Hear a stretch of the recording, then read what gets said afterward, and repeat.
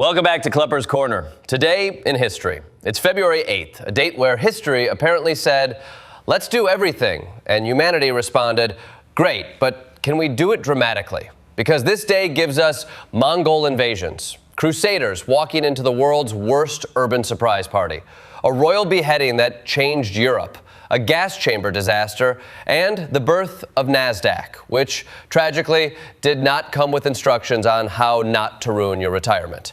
So let's dive in before February 8th gives us anything else. Segment 1. The Mongols knock on Vladimir's door. Hard. February 8th, 1238. The city of Vladimir falls to the Mongols, who were basically the DoorDash of destruction. Fast, efficient, and leaving you wondering how they got there so quickly. Their secret weapon? Riding frozen rivers like medieval Zambonis. Meanwhile, Russian princes were trying the bold new tactic of strategic retreat, which historically translates to, we'll figure it out later. Spoiler, they did not figure it out later. The Mongols brought siege engines borrowed from China and a general vibe borrowed from an apocalypse. And soon, the spiritual and political elite were packed into the cathedral like it was a fire hazard waiting to happen. Then the Mongols set it ablaze, making this the worst example of thoughts and prayers in world history. But strategically, February 8th turned Russia toward Moscow, away from Europe, and toward a 200-year Mongol hangover. It's like history grounded an entire nation for 2 centuries. And honestly, after today, I get it. Segment 2.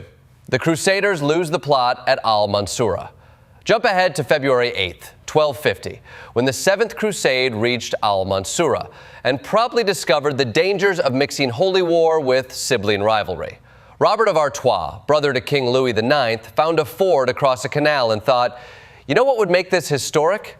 Ignoring everyone's advice. So he charged into the city with the Knights Templar, who presumably did not sign up for the "you first, we believe in you" plan.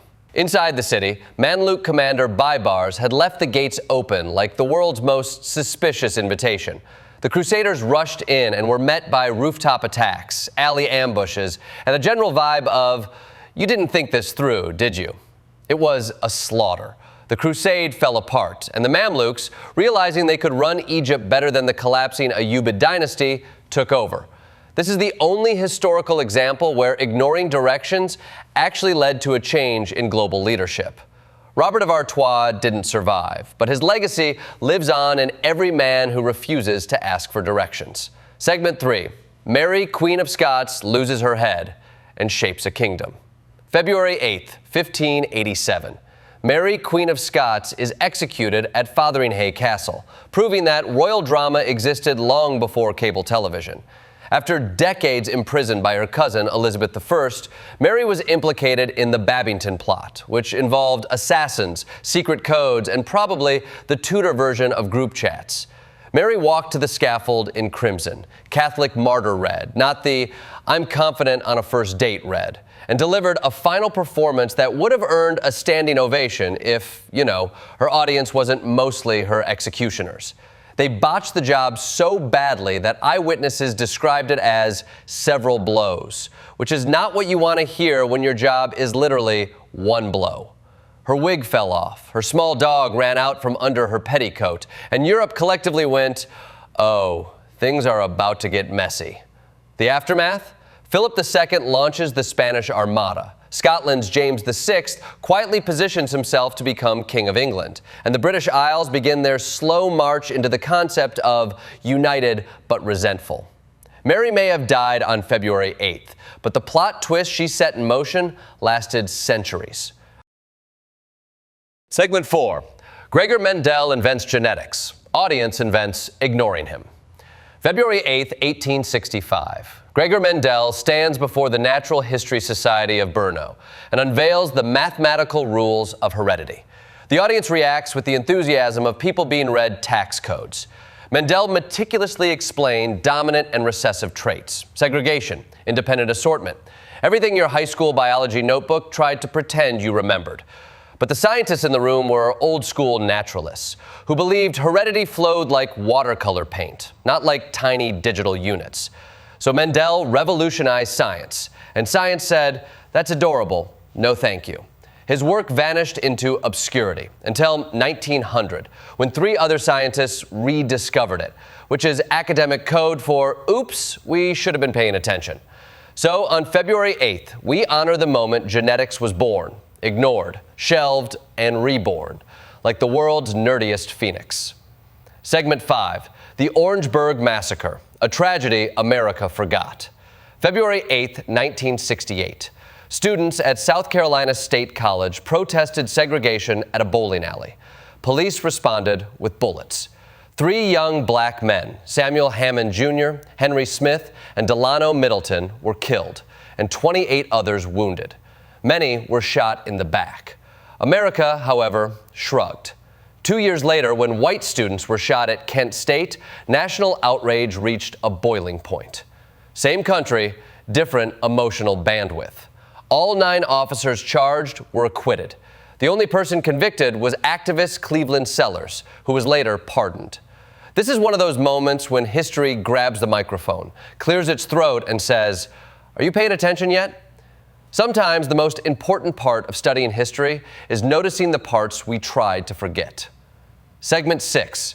NASDAQ goes online and Wall Street panics. February 8th, 1971.